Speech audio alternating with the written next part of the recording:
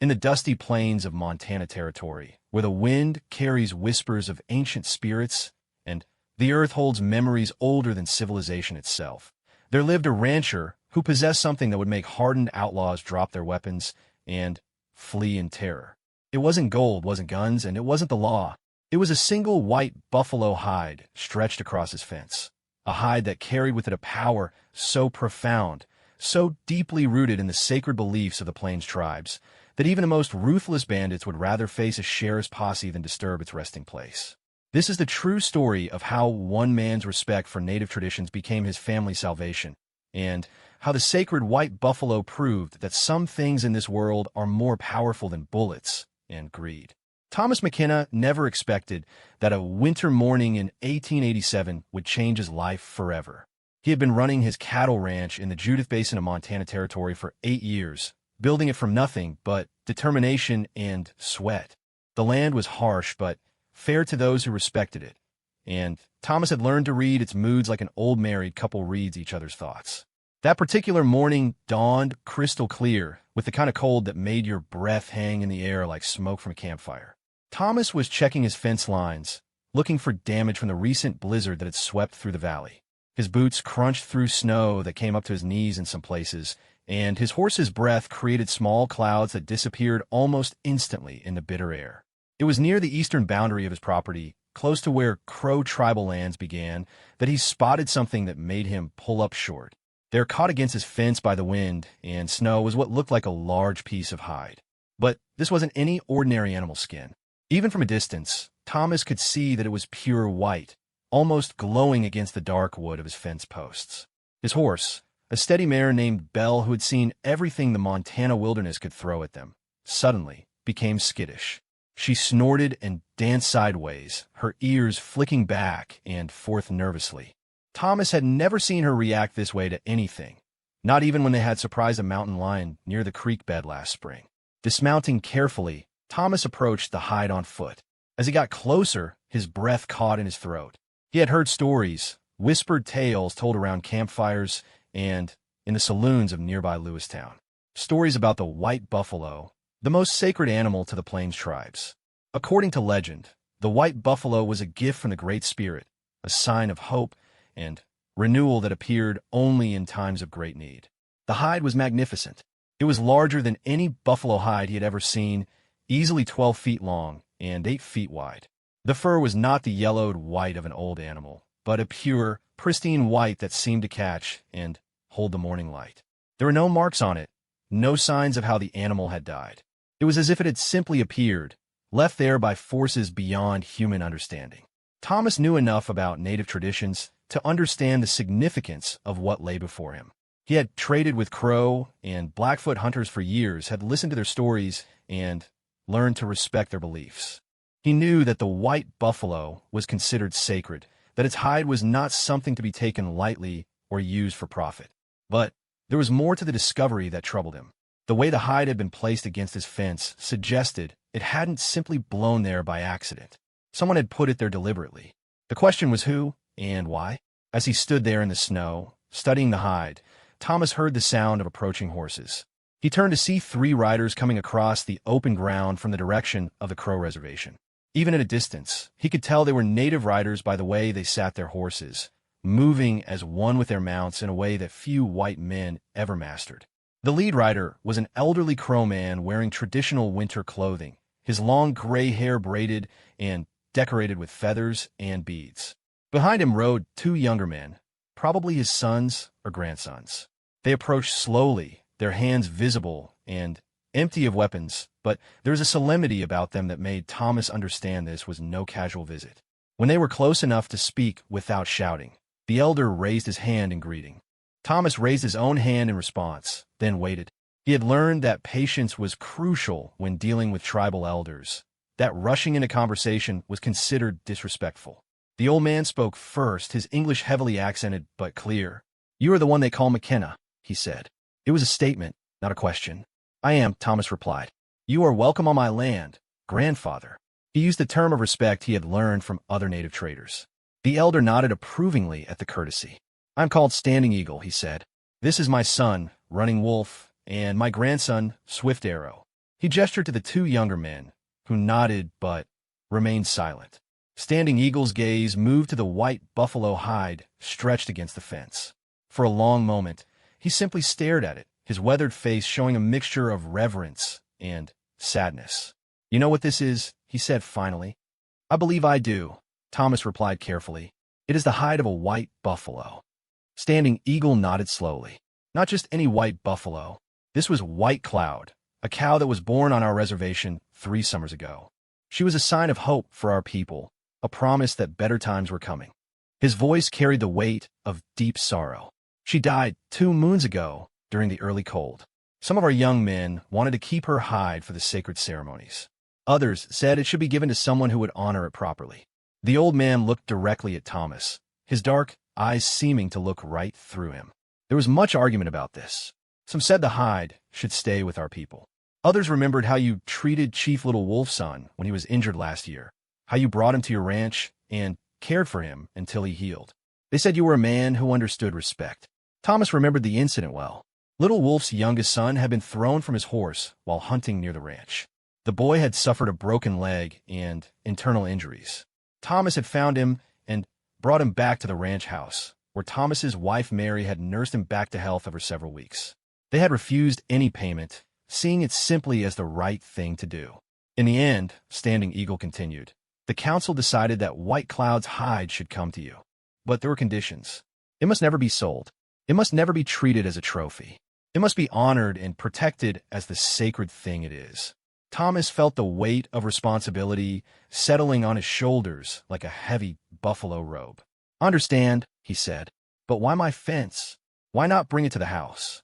Standing Eagle smiled for the first time, and his weathered face transformed completely. "Because, McKenna, we knew that if we brought it to your door, you would try to refuse it. You would say you were not worthy, that it should stay with the people. This way it chose you. The spirits brought it here, and you found it. That is how these things must happen." The logic was circular, but somehow perfect. Thomas looked again at the magnificent hide, understanding now that his life had just taken a turn he could never have anticipated. The hide was beautiful beyond description, but it was also a tremendous responsibility. He was being asked to be the guardian of something sacred, something that carried the hopes and prayers of an entire people.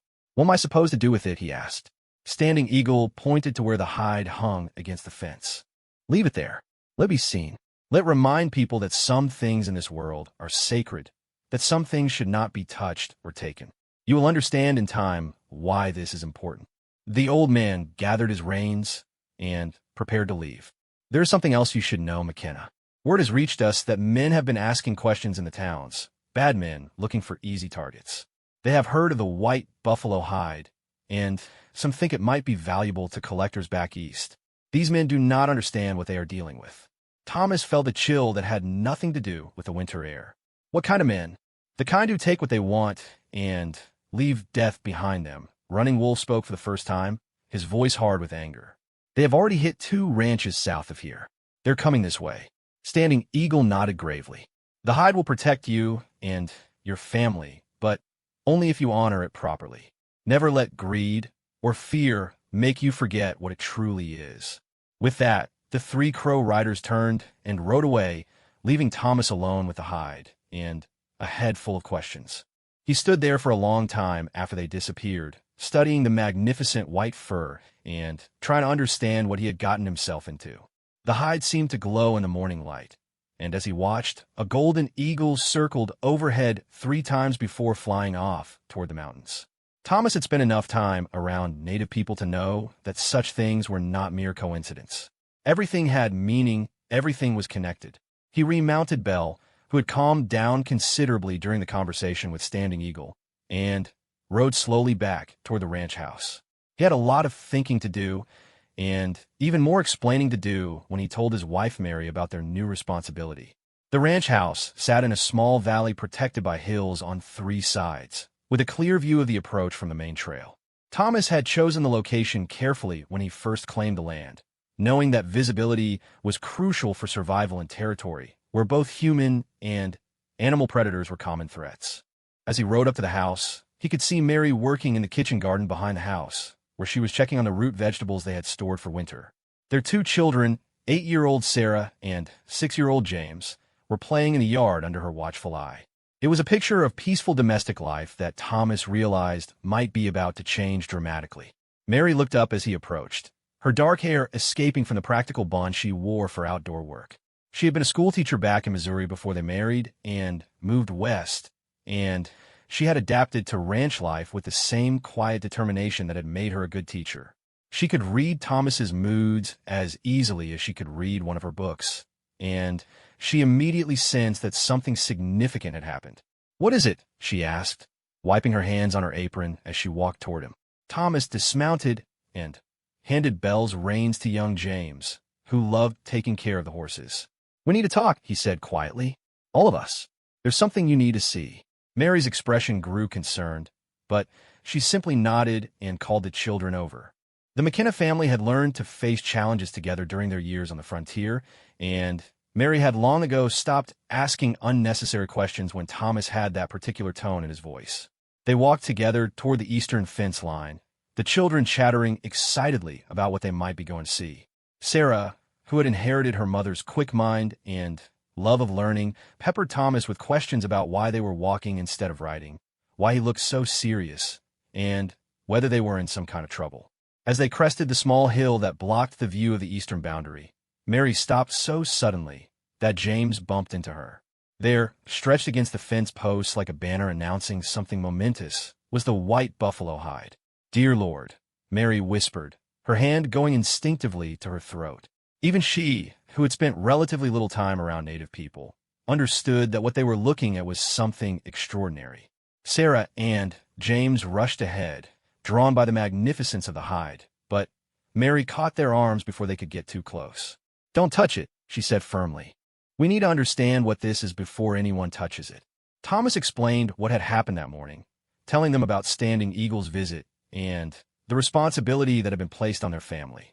As he talked, he watched Mary's face carefully, knowing that what happened next would depend largely on her reaction. Mary was quiet for a long time after he finished speaking. She studied the hide with the same careful attention she had once given to difficult students, looking for clues that would help her understand the situation. "So we're to be guardians," she said finally. "Protectors of something sacred." "That's about the size of it," Thomas replied. "The question is whether you think we're up to the task." Mary smiled, and Thomas felt a weight lift from his shoulders. "Thomas McKenna," she said, "in 8 years of marriage, you have never once brought home a problem without also bringing home the strength to deal with it.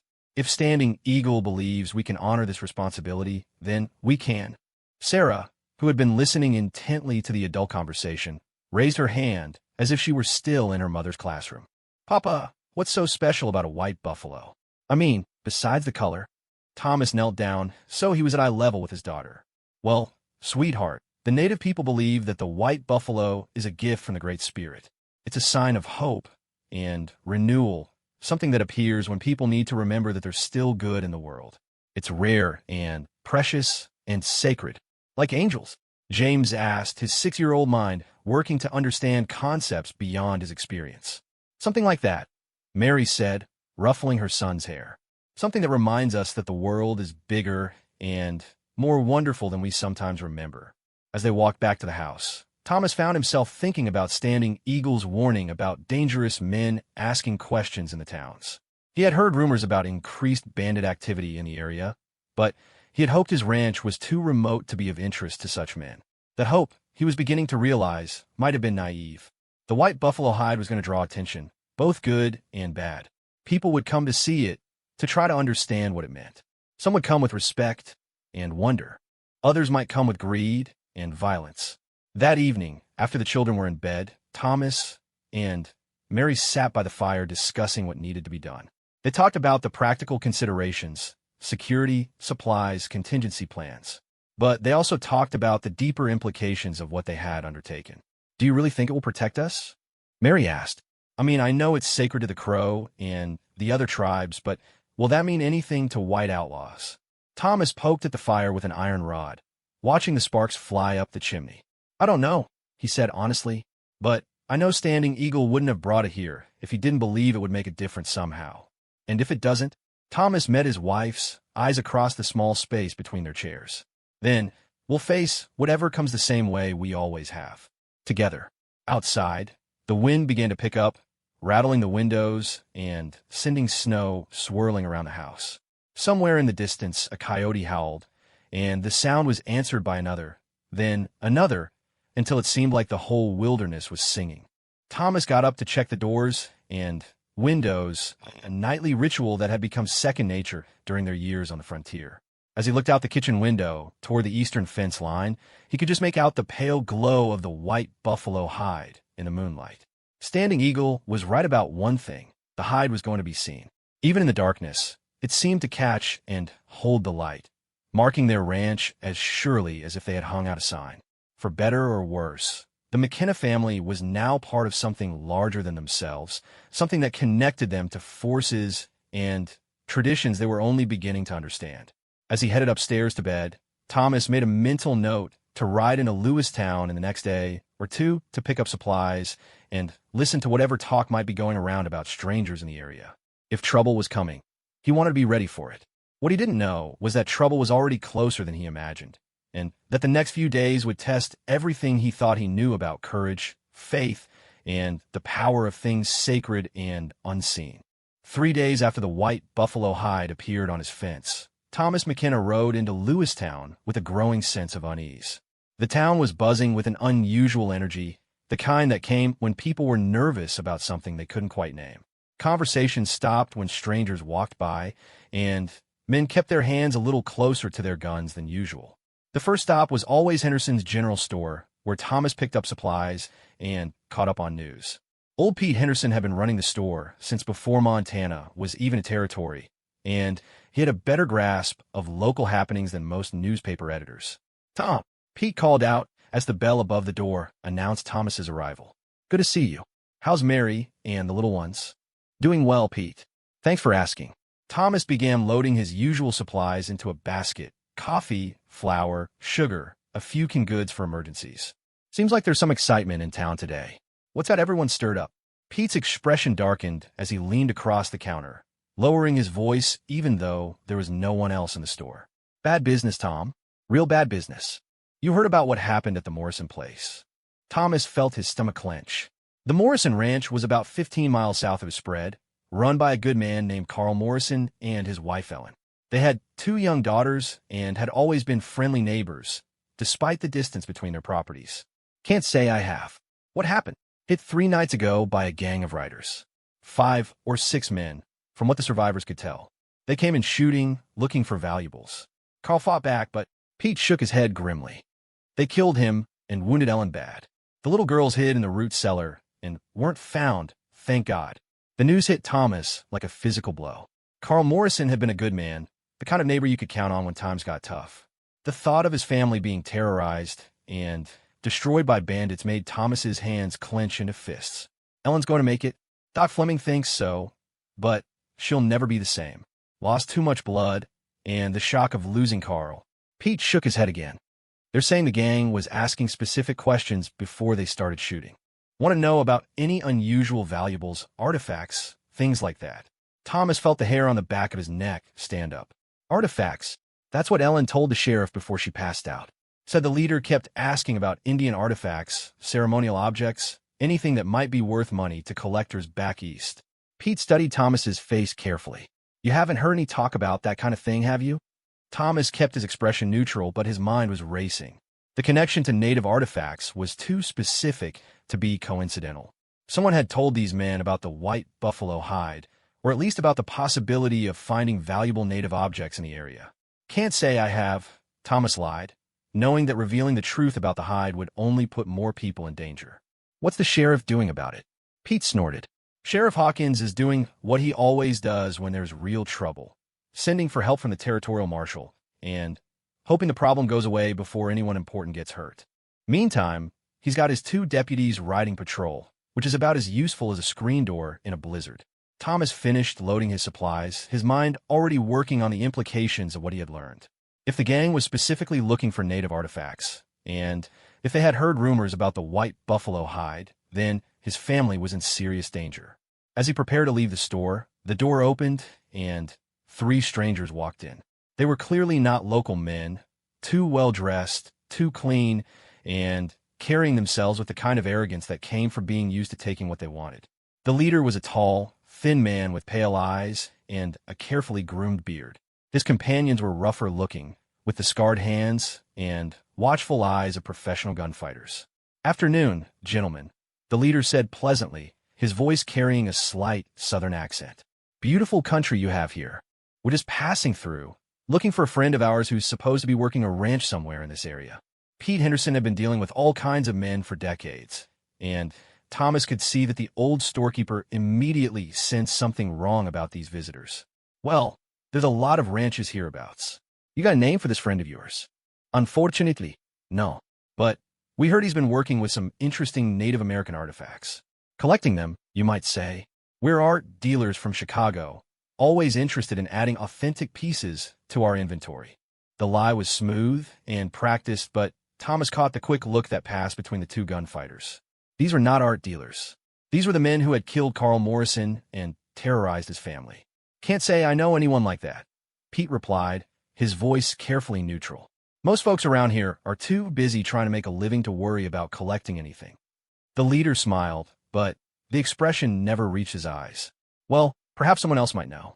We heard there was a rancher north of here who had come into possession of something quite remarkable. A white buffalo hide, perhaps." Thomas felt his blood turn to ice, but he forced himself to continue examining a display of tools as if he hadn't heard the conversation. Out of the corner of his eye, he could see Pete's jaw tighten slightly. "White buffalo hide," Pete repeated. "That's pretty specific. Can't say I've heard of any such thing in these parts." "Really?" The leader's voice carried a note of skepticism. "That's odd. Our information was quite reliable. Perhaps you might know of a rancher named—" He paused dramatically. "McKenna?" Thomas's hand instinctively moved closer to his gun, but he caught himself before the motion became obvious. The leader was watching Pete's face carefully, and Thomas could see that any reaction would be noted and remembered. Pete, bless him, was equal to the challenge. "McKenna? Sure, I know Tom McKenna. Runs a cattle spread north of town. Good man, good customer. But I can't imagine him having anything like what you're describing. He's a practical fellow, not much interested in collectibles." "I see." The leader exchanged glances with his companions. "Well, perhaps we should ride out and introduce ourselves anyway. One never knows what might turn up in a friendly conversation." "Of course, that's your business," Pete replied. "But I should mention that Tom's spread is pretty remote. Easy to get lost if you don't know the country. Might be better to wait for him to come to town.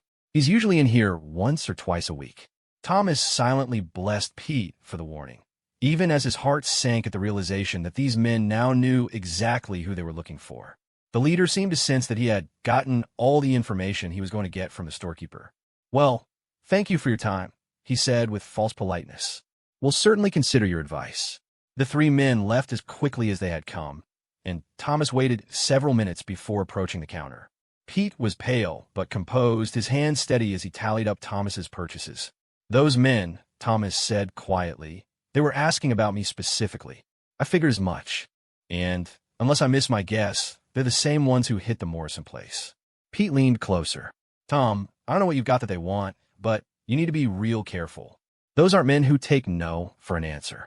Thomas paid for his supplies quickly, his mind already working on what he needed to do. "Pete, if anyone else comes asking questions about me or my family, you don't know anything. And if you see those three men again, you might want to make yourself scarce. Already planned on it. You watch yourself, Tom. And give my regards to Mary." Thomas loaded his supplies into his wagon and headed out of town, but instead of taking the direct route home, he made a wide circle that would let him approach his ranch from an unexpected direction. If the three strangers were following him, he wanted to know about it before he led them straight to his family. The ride home gave him time to think, and none of his thoughts were particularly comforting.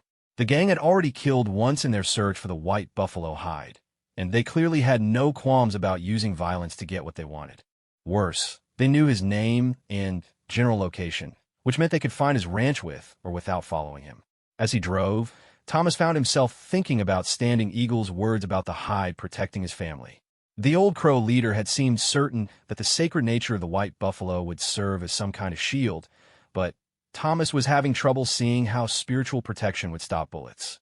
On the other hand, He remembered stories he had heard over the years about the deep reverence all Plains tribes held for the white buffalo. Even enemy tribes would put aside their conflicts if a white buffalo appeared in their territory.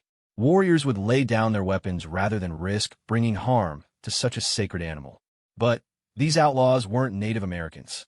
They were white men driven by greed, men who saw the hide only as a valuable commodity to be stolen and sold. Would the spiritual power that Standing Eagle spoke of have any effect on such men? Thomas was still wrestling with these questions when he topped the rise that gave him his first view of home. Everything looked normal, too normal perhaps. Mary was hanging laundry on the line behind the house, and he could see Sarah and James playing in the yard. But there was something about the scene that made him uneasy. It took him a moment to realize what was bothering him.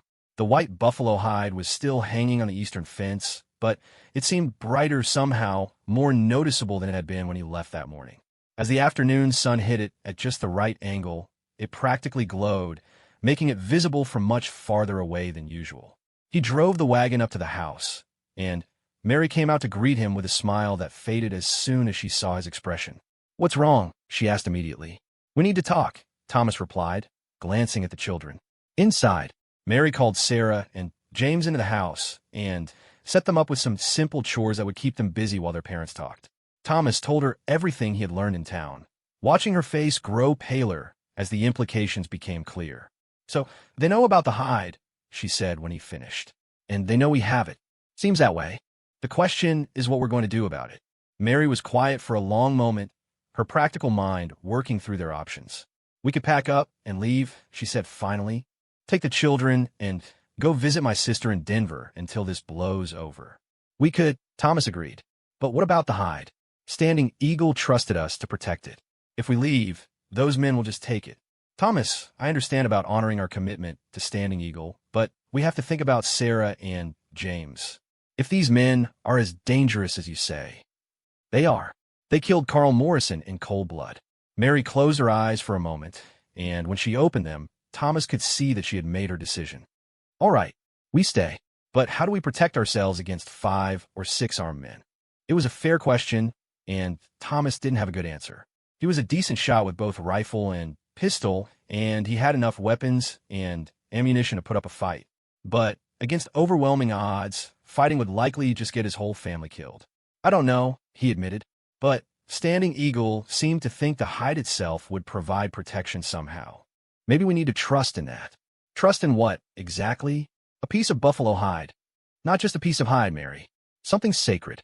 Something that represents hope and renewal and all the good things that people are capable of when they remember what really matters." Mary studied her husband's face, seeing something there that she hadn't seen before. In 8 years of marriage, she had watched Thomas face down rustlers, wild animals, harsh weather, and all the other challenges that frontier life could throw at them. But this was different. This wasn't just about protecting his family and property. This was about protecting something larger than themselves. "You really believe it will make a difference," she said. "I have to believe it. Because the alternative is to spend the rest of our lives running from men like these, and that's no kind of life for our children." That evening, Thomas made his preparations for what might come. He cleaned and loaded every weapon on the ranch, positioned them strategically around the house, and checked all the locks and shutters. He also spent time with Sarah and James, explaining that they might need to hide in the root cellar if strangers came to visit, and making sure they knew exactly what to do and where to go. Mary packed emergency supplies and made sure their important papers were in order. She also wrote letters to her sister and to Thomas's brother back in Missouri, letters that would explain what had happened if the worst came to pass. As darkness fell, the family gathered around the dinner table for what felt like the last normal meal they might share for some time. Thomas looked at his wife and children, memorizing their faces in the lamplight, and silently vowed that whatever happened, he would do everything in his power to keep them safe. After the children were asleep, Thomas and Mary stood at the kitchen window, looking out toward the eastern fence. The white buffalo hide was clearly visible in the moonlight, a pale beacon that seemed to pulse with its own inner light.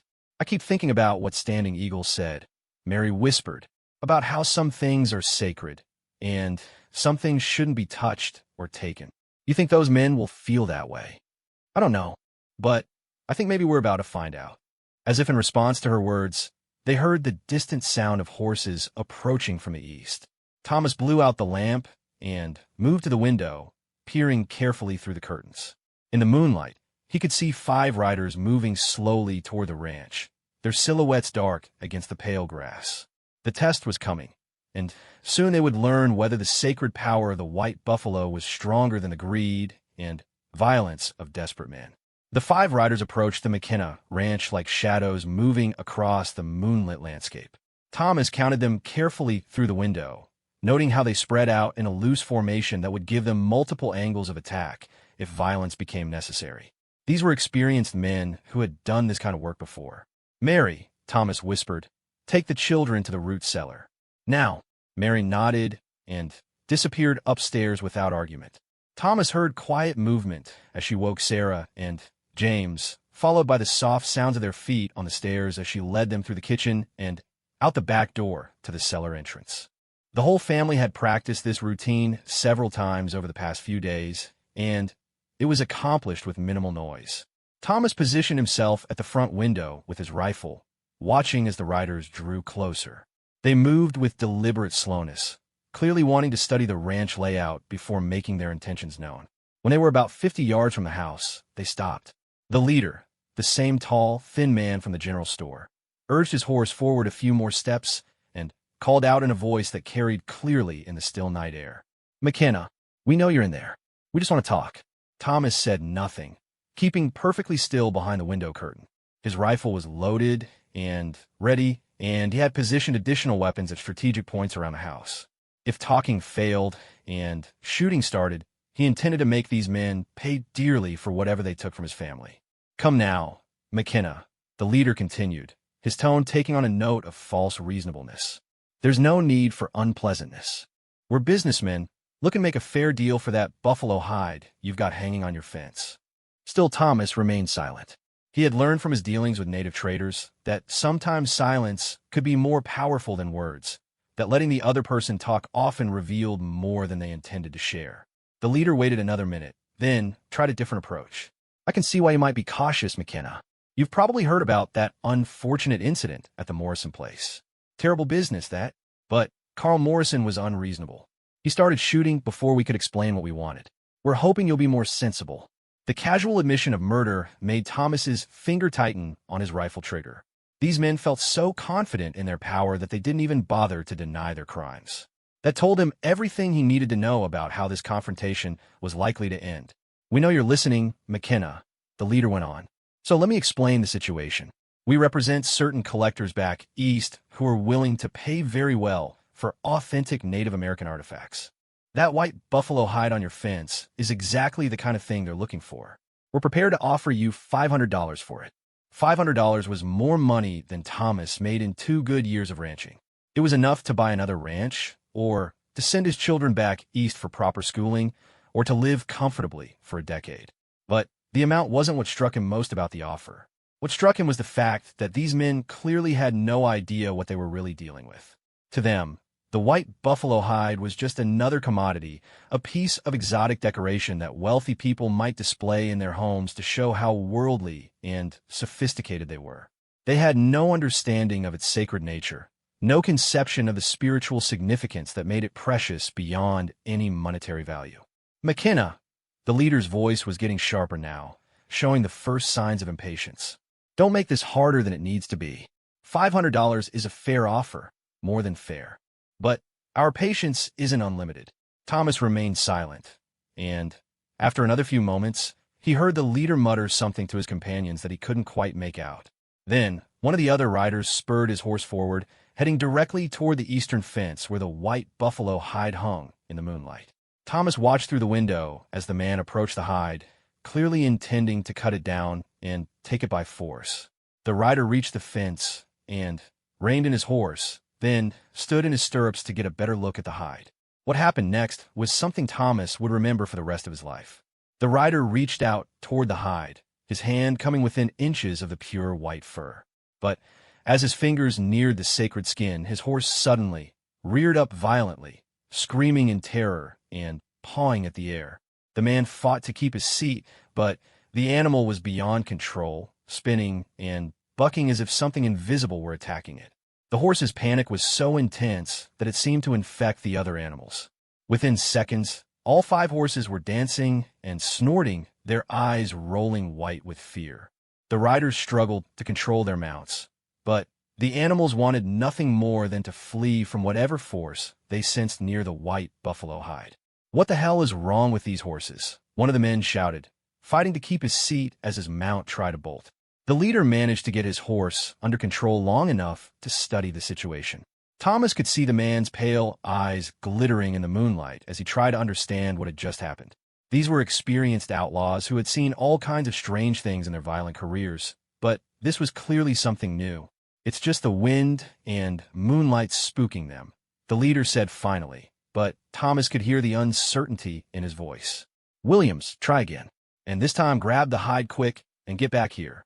Williams, the man who had first approached the fence, clearly didn't want to try again. His horse was still trembling and snorting, its ears pinned back as it stared at the white buffalo hide as if it were a coiled rattlesnake. "Boss, I don't pay you to think, Williams. I pay you to follow orders." Reluctantly, Williams urged his horse forward again. This time he dismounted while still several feet away from the fence, clearly hoping that approaching on foot would be less threatening to whatever force had spooked the animals. He walked slowly toward the hide, his hand on his gun, but more from nervousness than any expectation of needing to shoot something. As he got closer, Thomas could see the man's confidence beginning to waver. There was something about the way the hide hung there, perfectly still despite the night breeze, that seemed to affect even hardened criminals. Williams reached the fence and extended his hand toward the hide. For a moment, nothing happened, and Thomas thought the man might actually succeed in taking it. But as Williams's fingers touched the edge of the white fur, something extraordinary occurred. A sound came from the hide itself, or perhaps from the air around it, a low, resonant humming that seemed to vibrate in the bones rather than be heard with the ears. It was hauntingly beautiful and deeply unsettling at the same time, like the song of something ancient and powerful beyond human understanding. Williams jerked his hand back as if he had been burned, stumbling backward away from the fence. "Jesus Christ," he whispered, and, even from his position in the house, Thomas could hear the fear in the man's voice. The humming sound continued for several seconds, then faded away, leaving only the normal sounds of the Montana night. Williams stood frozen by the fence, staring at the hide with a mixture of terror and confusion. "What happened?" the leader called out. "Did you get it?" Williams seemed to shake himself out of a trance. "Boss, there's something wrong with that thing. It made a sound when I touched it." "A sound? What kind of sound? I can't describe it. But it wasn't natural. Wasn't right." The leader spurred his horse forward, clearly intending to handle the situation himself. But as he approached the fence, his mount began to exhibit the same terror that had affected the others. The horse refused to go closer than 20 feet to the hide, no matter how hard its rider urged it forward. "All right," the leader said finally, his voice tight with frustrated anger. "If the horses won't cooperate, we'll do this on foot. All of you dismount and grab the hide. We'll tie it to one of the saddles and get out of here." The other men exchanged glances, and Thomas could see that none of them were eager to approach the white buffalo hide after what they had witnessed. But they were more afraid of their leader than they were of mysterious sounds and spooked horses, so they reluctantly dismounted and began walking toward the fence. As they approached, Thomas felt a strange sensation wash over him. The air in the house seemed to grow thick and heavy, charged with an energy he couldn't name. It was as if a thunderstorm were building, but instead of in the sky, it was building in the very fabric of reality around the sacred hide. The 5 men reached the fence and spread out along its length, clearly planning to rush the hide simultaneously so that one of them was bound to succeed in grabbing it. The leader raised his hand, preparing to give the signal for the coordinated assault. But before he could drop his hand, something happened that changed everything. From the direction of the Crow Reservation came the sound of drumming. It started quietly, so softly that Thomas at first thought he might be imagining it. But the sound grew steadily stronger, a deep, rhythmic pounding that seemed to echo from the hills themselves. The 5 outlaws froze, looking around nervously as they tried to locate the source of the drumming. But the sound seemed to come from everywhere and nowhere, as if the earth itself were producing the rhythm. Then came the singing. It was a crow chant, voices raised in harmony, singing in the ancient language of the people. Thomas couldn't understand the words, but the meaning was clear enough. This was a song of protection, a calling upon the spirits to defend something sacred from those who would defile it. The outlaws were clearly terrified now. These were men who had faced down sheriffs and cavalry officers without flinching, but the combination of the supernatural events around the hide and the ghostly native singing was overwhelming their nerves. "Boss," one of them said, his voice shaking, "maybe we should get out of here. This place is cursed or something." "Cursed, hell," the leader replied, but Thomas could hear that his confidence was cracking. "It's just some Indians trying to spook us. Grab that hide and let's go." But none of the men moved toward the fence. The drumming and singing continued, growing stronger and more insistent, and the white buffalo hide seemed to glow even brighter in response to the native ceremony. Then Williams, who had been the first to try touching the hide, suddenly pointed toward the hills behind the ranch house. "Boss, look!" Thomas turned to see what had caught the man's attention, and his breath caught in his throat. There, silhouetted against the moonlit sky, were figures on horseback lined along the ridge. Even at a distance, he could tell they were native riders, sitting their horses with the perfect stillness that could only come from generations of practice. There must have been 24 of them, maybe more, spread across the entire length of the ridge like an army of ghosts. They made no threatening moves, carried no visible weapons, but their presence was more intimidating than any show of force could have been. The leader of the outlaws was trying to count the riders on the ridge, his head swiveling back and forth as more and more figures became visible in the moonlight. Whatever advantage he had thought his gang possessed was clearly evaporating. "How many are there?" Williams whispered. "Too many," another man replied. "Way too many." The leader was quiet for a long moment, weighing his options. Thomas could practically see the man's mind working, trying to calculate whether the potential profit from stealing the white buffalo hide was worth the risk of fighting what appeared to be a significant force of native warriors. The drumming and singing continued, and now Thomas could hear additional sounds from the ridge, horses snorting and pawing the ground, the soft jingle of decorative bells, and beadwork, the whispered conversations of the riders. It was as if an entire tribe had materialized out of the night to protect the sacred hide. Finally, the leader made his decision. "Mount up," he ordered his men. "We're leaving." "What about the hide?" Williams asked. "The hide can go to hell," the leader snapped. "I'm not fighting an entire war party for a piece of buffalo fur." The 5 outlaws backed away from the fence, their eyes never leaving the riders on the ridge. They reached their horses and mounted quickly, their animals still nervous but eager to leave the area. As they prepared to ride away, the leader called out one last time toward the house. "This isn't over, McKenna. We know where you live now, and we'll be back when the odds are better." But even as he made the threat, Thomas could hear the defeat in the man's voice. These were men who lived by violence and intimidation, and they had just been thoroughly outmatched by forces they couldn't understand or fight. The outlaws rode away into the darkness, moving much faster than they had when they arrived. As their hoofbeats faded into the distance, the drumming and singing from the ridge began to diminish as well. Thomas remained at the window, watching as the figures on the ridge slowly disappeared, melting back into the landscape as silently as they had appeared. Within minutes, the hills were empty again, and the only sound was the normal whisper of wind through grass. The white buffalo hide hung motionless on the fence, its pure white surface glowing softly in the moonlight.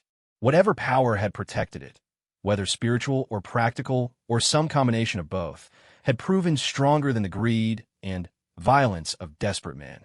Thomas heard soft footsteps behind him and turned to see Mary emerging from the root cellar with Sarah and James. The children looked sleepy and confused, not really understanding what had just happened, but sensing that some kind of crisis had passed. "Is it over?" Mary asked quietly. "For now," Thomas replied. "But I don't think those men are going to give up entirely. They'll be back, probably with more men next time." Mary joined him at the window, looking out toward the fence where the sacred hide continued its silent vigil. "What do you think happened out there? I mean, the horses acting like that, and the sounds, and all those riders on the ridge." Thomas was quiet for a moment, trying to process what he had witnessed. I think Standing Eagle was right about the hide having power to protect itself. Whether that power is spiritual or just the practical result of the Crow people being willing to defend it, I'm not sure it matters. You think those riders were real?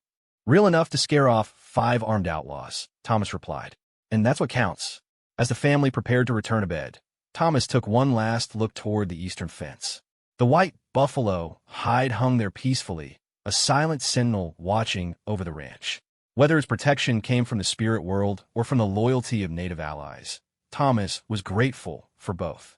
But he knew this was just the first test. Word would spread about what had happened here tonight, and that word would bring both good and bad attention to his family.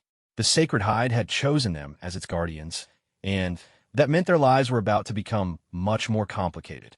For now, though, they were safe, and the hide remained where Standing Eagle had placed it, a symbol of hope and renewal in a world that often seemed short on both.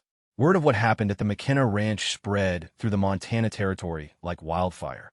Within a week, Thomas found himself hosting an unexpected parade of visitors, each drawn by their own interpretation of the events surrounding the white buffalo hide. The first to arrive were newspaper men from as far away as Helena and Billings. They came with notebooks and cameras, eager to document what they were calling the miracle at McKenna Ranch. Thomas was reluctant to talk to them, but Mary convinced him that telling their side of the story might provide some protection against future threats. The reporter from the Helena Daily Independent was a serious young man named Frederick Walsh, who listened carefully as Thomas recounted the events of that night. Walsh was particularly interested in the spiritual aspects of the story, having spent time among various native tribes while covering territorial politics. "Mr. McKenna," Walsh said as he finished taking notes, "do you believe that what you witnessed was supernatural in nature?" Thomas considered the question carefully. "I believe that there are forces in this world that we don't fully understand. Whether you call them supernatural or just natural forces we haven't learned to explain yet, I can't say. But I know what I saw, and I know that hide is something special." The resulting article, published 3 days later, struck a careful balance between skepticism and wonder. Walsh described the events objectively, while noting the deep spiritual significance the white buffalo held for Plains tribes. He also included Standing Eagle's perspective, having ridden to the Crow Reservation to interview the elder about the hide's history. "The white buffalo is a gift from the Creator," Standing Eagle had told Walsh.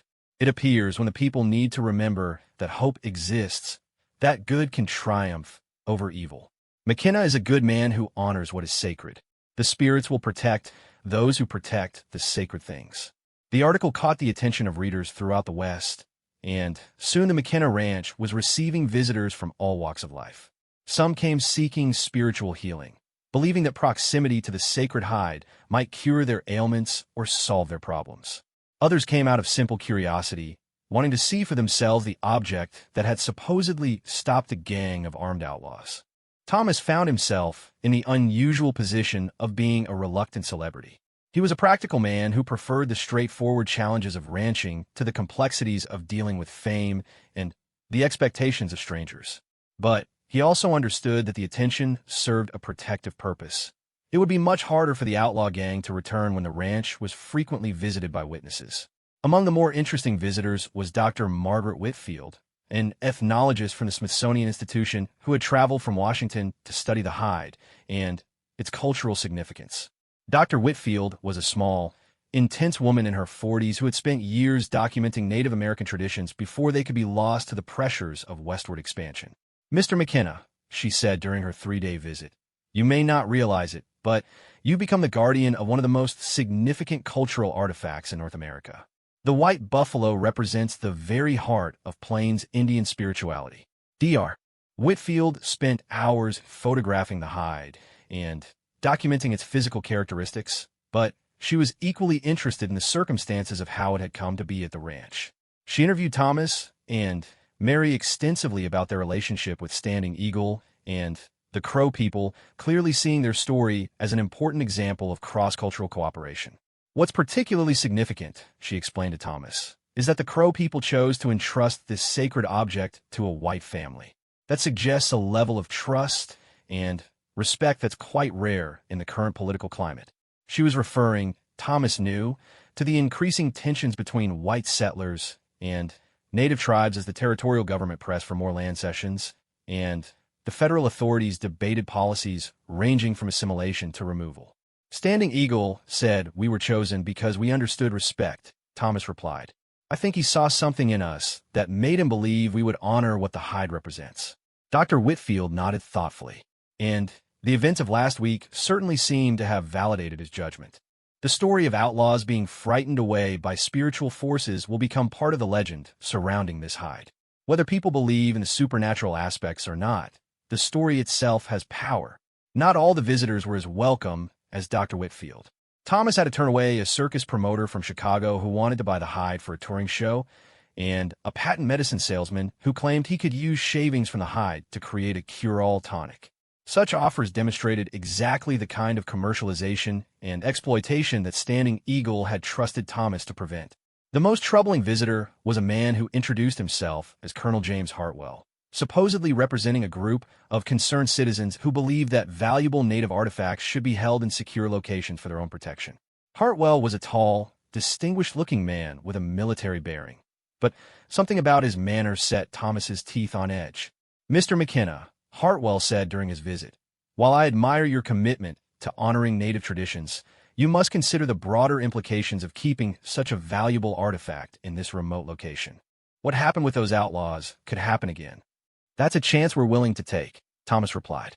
"But should you be making that decision for your family? For your children?" Hartwell's tone was reasonable, but Thomas detected an underlying threat. There are people who would do anything to possess such an object. Surely it would be safer in a museum or private collection where it could be properly protected. Thomas studied the man carefully, noting the expensive clothes, the well-groomed appearance, and the calculating look in his eyes. "Are you representing one of those private collections, Colonel?" Hartwell smiled thinly. "I represent parties who understand the value of preserving important cultural artifacts. We would be willing to offer substantial compensation for the privilege of ensuring the hide's safety." "The hide stays where it is," Thomas said firmly. "That's not negotiable." "I see." Hartwell's pleasant mask slipped slightly. "Well, perhaps you'll reconsider when you've had time to think about the consequences of your decision." After Hartwell left, Thomas found himself wondering whether the man might be connected to the outlaw gang that had already tried to steal the hide. The threat had been subtle but unmistakable, and Thomas decided he needed to take additional precautions. He wrote a letter to the territorial marshal's office, describing both the original attack and Hartwell's veiled threats. He also sent word to Standing Eagle, asking if the Crow people could provide additional protection if needed. The response came sooner than expected. 2 days after Thomas sent his message, he looked out his window to see a familiar figure riding toward the ranch. It was Running Wolf, Standing Eagle's son, accompanied by 3 other Crow warriors. "My father sends greetings," Running Wolf said after the traditional pleasantries had been exchanged. "He says you've learned that protecting sacred things brings both honor and danger." "That seems to be the case," Thomas replied. "There are people who don't understand what the hide represents. They see only something valuable that can be bought and sold." Running Wolf nodded gravely. "The Council of Elders has spoken about this. They have decided that the hide must remain here, where it chose to come to rest. But they also understand that you cannot guard it alone." "What are you saying?" "We're saying that you are no longer alone in this responsibility. From now on, there will always be warriors watching over this place. You may not always see them, but they will be there." As if to demonstrate his point, Running Wolf gestured toward the hills surrounding the ranch. Thomas looked carefully and was startled to see several mounted figures positioned at strategic points around the property. They were so well concealed that he probably would never have noticed them if Running Wolf hadn't pointed them out. "They came with you?" Thomas asked. "Some came with us. Others have been here since the night you were first threatened." "The people take their obligations seriously, McKenna. When we say we will protect something sacred, we mean it." The arrangement that developed over the following weeks was unlike anything Thomas could have imagined. The Crow Guardians remained largely invisible, but their presence was a constant source of security and comfort. Occasionally, Thomas would catch a glimpse of a rider on a distant ridge or find evidence that someone had been watching the ranch during the night, a footprint near the fence, perhaps, or signs that a small fire had been built in the shelter of some rocks. The white buffalo hide itself seemed to respond to the increased attention, both wanted and unwanted. Thomas noticed that it appeared brighter and more luminous on days when many visitors came to see it, as if drawing energy from their reverence and wonder. Conversely, on the few occasions when people arrived with obviously mercenary motives, the hide seemed to fade, becoming almost difficult to see despite its pure white color. Mary began keeping a journal of the strange phenomena surrounding the hide, documenting not just the major events but also the small, daily occurrences that suggested they were dealing with something beyond normal experience. Flowers bloomed longer and more brightly near the fence where the hide hung. Wild animals seemed drawn to the area, but remained peaceful and unafraid. Even the weather seemed different. Violent storms that struck other parts of the valley often split and went around the immediate vicinity of the ranch house. Sarah and James adapted to their new circumstances with the resilience of children. They came to think of their unseen crow guardians as a kind of extended family, and they often left small gifts of food or handmade items in places where they thought the watchers might find them. The gifts always disappeared overnight, and sometimes small tokens would appear in return: a beautifully crafted arrowhead, a perfectly formed feather, a piece of colored stone polished smooth by generations of handling. The children also developed an almost mystical connection to the hide itself. They could often predict when visitors were coming, and they seemed to sense intuitively which newcomers could be trusted and which ones harbored ill intentions. More than once, their warnings helped Thomas prepare for potentially dangerous encounters. As autumn deepened into winter, the stream of visitors began to slow, but the legend of the white buffalo hide continued to grow. Thomas received letters from people as far away as New York and California, some offering money for the hide. Others simply want to share their own stories of encounters with the sacred and mysterious. One letter that particularly moved him came from a Lakota chief named Red Hawk, who wrote, "Brother McKenna, word has reached our people about the sacred hide that rests on your land and the respect you have shown to it. This gives hope to my heart. In these times when the old ways are threatened and the sacred things are forgotten or destroyed, it is good to know that there are still those who understand what is truly valuable. The white buffalo belongs to all the people, but it has chosen you as its guardian. We honor that choice, and we honor you." The letter was accompanied by a beautiful beaded medicine bag, which Red Hawk wrote had been blessed by his tribe's holy men for the protection of the hide and its guardians. Thomas hung the medicine bag on the fence post next to the white buffalo hide, where it seemed to add to the sense of sacred power that surrounded the area. Standing Eagle, when he next visited the ranch, nodded approvingly at the addition. "The spirits of all the Plains people are watching over this place now," the old man said. "The hide has become a symbol of unity, a reminder that some things are more important than the divisions between tribes or between red men and white men. But even as the hide brought together people of goodwill, it continued to attract the attention of those driven by greed and avarice. Thomas received increasingly elaborate offers from collectors and museums, some legitimate and others clearly fronts for less scrupulous interests. The most persistent inquiries came from someone signing himself J.H., whom Thomas suspected was Colonel Hartwell under an assumed initial. These letters grew progressively more threatening, suggesting that Thomas's refusal to sell the hide was putting his family in danger, and hinting that there were people who would stop at nothing to possess such a valuable artifact. Thomas shared these letters with Running Wolf during one of the warriors' periodic visits to check on the ranch's security. "This man will not give up easily," Running Wolf said after reading the latest threat. "Men like this believe that everything has a price, that anything can be bought if you offer enough money or apply enough pressure. What do you think we should do?" Running Wolf was quiet for a moment, studying the white buffalo hide as if seeking guidance from the sacred object itself. "I think," he said finally, "that the time is coming when this man will have to be taught that some things cannot be taken by force or bought with gold. The hide will teach him, as it taught those others." Thomas hoped Running Wolf was right, but he couldn't shake the feeling that the greatest test was still ahead of him. The hide had been protected so far by a combination of spiritual power and practical vigilance, but winter was coming, and with it would come new challenges and new dangers. As the first snow began to fall, Thomas looked out at the white buffalo hide hanging peacefully on his fence, and he wondered what the coming months would bring to his family and the sacred trust they had been given to protect. The final test came on the coldest night of the winter, when the temperature dropped so low that even the hardiest Montana ranchers stayed close to their fires.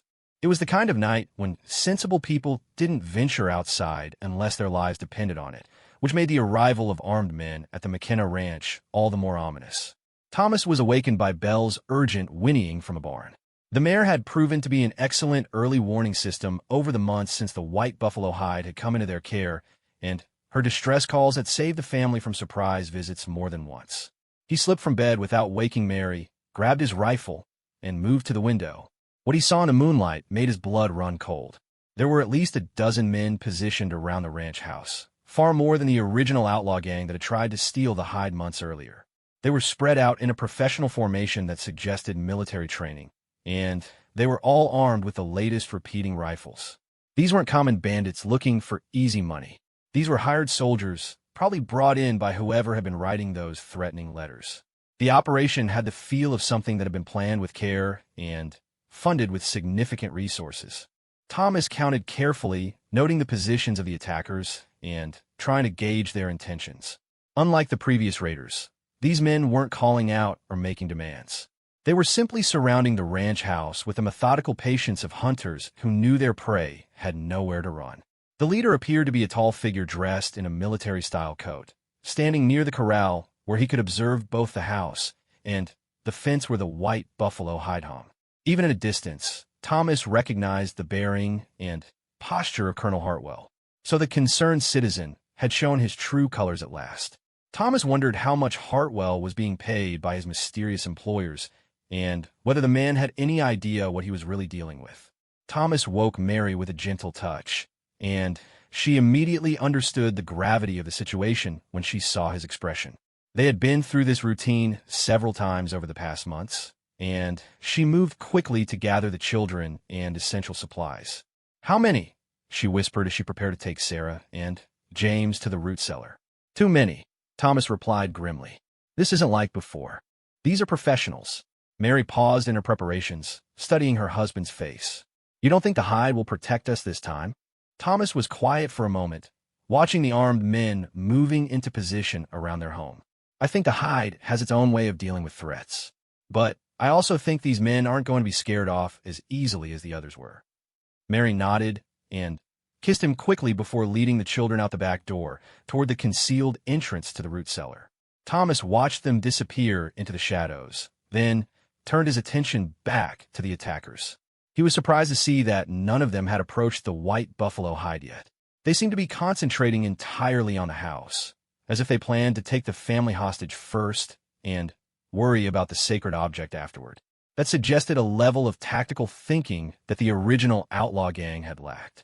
Thomas positioned himself at the front window with his rifle and settled in to wait. He had enough ammunition to hold off the attackers for a while, but eventually they would either rush the house or simply set fire to it. Either way, the outcome didn't look promising for the McKenna family. But as he watched the armed men, Thomas noticed something that gave him hope. Several of the attackers were glancing nervously toward the hills around the ranch, clearly aware that they might not be the only ones watching the property. The reputation of the Crow Guardians had spread along with the legend of the white buffalo hide, and even professional soldiers weren't eager to fight an enemy they couldn't see or locate. Hartwell seemed to sense his men's unease, because he called out in a voice that carried clearly through the still air. "McKenna, I know you're in there. You've had months to consider my offer, and your stubborn refusal to be reasonable has forced us to take more direct action." Thomas remained silent, knowing that any response would just give away his exact position in the house. "You're outnumbered 12-1, McKenna," Hartwell continued. "Your Indian friends can't help you now. We've brought enough men to deal with any interference. All we want is the buffalo hide. Give it to us, and we'll leave you and your family unharmed." The offer was almost certainly a lie. Men like Hartwell didn't leave witnesses behind to identify them or testify about their methods. But Thomas appreciated the confirmation that his unseen Crow allies were indeed being taken into account by the attackers. When no response came from the house, Hartwell tried a different approach. "McKenna, you're a practical man. That hide is just a piece of buffalo fur. It's not worth dying for. My employers are prepared to offer you $10,000 for it. That's enough money to buy a dozen ranches." $10,000 was a fortune beyond anything Thomas had ever imagined possessing. It was enough money to ensure that his children could have any kind of education they wanted, could live lives of comfort and opportunity that would otherwise be impossible for a frontier rancher's family. But as he considered the offer, Thomas found himself thinking about Standing Eagle's words on the day the hide had first appeared on his fence. Some things in this world are sacred, the old Crow leader had said. Some things should not be touched or taken. The white buffalo hide wasn't just an artifact or a commodity. It was a symbol of hope and renewal, a tangible connection between the human and spiritual worlds. To sell it, no matter what the price, would be to betray not just Standing Eagle's trust, but everything the hide represented. "Go to hell, Hartwell," Thomas called out finally. "The hide stays where it is." He immediately moved away from the window, knowing that his voice had given away his position. Sure enough, a volley of rifle fire shattered the glass and splintered the window frame where he had been standing moments before. The siege had begun. For the next hour, the attackers kept up a steady harassment of the house, firing at any sign of movement and gradually working their way closer to the building. Thomas moved from window to window, returning fire when he had clear targets, but he was conserving ammunition and being careful not to expose himself to unnecessary risk. The attackers were professional in their approach, but they were also cautious. They had obviously been told that the white buffalo hide was extremely valuable, and they didn't want to risk damaging it with stray bullets or an accidental fire. That caution was the only thing keeping Thomas alive. If the attackers had been willing to burn down the house, the siege would have been over in minutes. As the night wore on, Thomas began to wonder where his Crow allies were. He had seen no sign of them since the attack began, and he was starting to fear that Hartwell might have been telling the truth about having enough men to deal with any interference. Then, just as he was beginning to lose hope, something extraordinary happened. A sound began to emerge from the direction of the white buffalo hide, the same low, resonant humming that Thomas had heard on the night of the first attack. But this time it was louder, more insistent, as if the sacred hide were responding to the increased threat with increased power. The attackers noticed it too. Thomas could see them looking around nervously, try to locate the source of the unearthly sound. Several of them moved away from their positions, clearly unsettled by the mysterious humming. But the humming was just the beginning. As the sound grew stronger, the temperature around the ranch began to drop even further. Thomas could see his breath inside the house, and frost began forming on the windows despite the fire burning in the fireplace. The cold was so intense that it seemed supernatural, as if the very air were being frozen by some unseen force. The attacking soldiers were feeling the effects too. Thomas could see them pulling their coats tighter and stamping their feet, trying to ward off a cold that cut through even the heaviest winter clothing. Then came the wind. It started as a gentle breeze, but within minutes it had built to a howling gale that made it impossible for the attackers to maintain their positions. The wind seemed to come from all directions at once, swirling around the ranch house with a fury that defied the natural patterns of Montana weather. And with the wind came snow, not the gentle flakes of a normal winter storm, but a blinding blizzard that reduced visibility to mere feet. The attacking soldiers found themselves unable to see their targets or even maintain contact with each other as the supernatural storm enveloped the ranch. Thomas watched in amazement as the white buffalo hide, despite being directly exposed to the wind and snow, remained perfectly still and undisturbed. The storm seemed to be emanating from the hide itself, or perhaps from the spiritual forces that protected it. Through the howling of the wind, Thomas could hear Hartwell shouting orders to his men, but the words were lost in the supernatural tempest. The carefully planned attack was dissolving into chaos as the soldiers struggled just to keep from being blown away or lost in the blizzard. But the storm was only the beginning of the hide's defense. As Thomas watched through the frost-covered window, he saw shapes moving through the blowing snow, tall, pale figures that seemed to glow with their own inner light. At first he thought they might be more Crow warriors, but these figures were different, moving with a fluid grace that no human could achieve. The figures surrounded the attacking soldiers, not threatening them directly, but simply standing there in silent judgment. Thomas could see the men's terror as they realized they were facing something beyond their understanding or ability to fight. One of the soldiers broke and ran, disappearing into the storm. Then another. Within minutes, the entire attack force was in full retreat, fleeing into the night as fast as the blizzard would allow them to travel.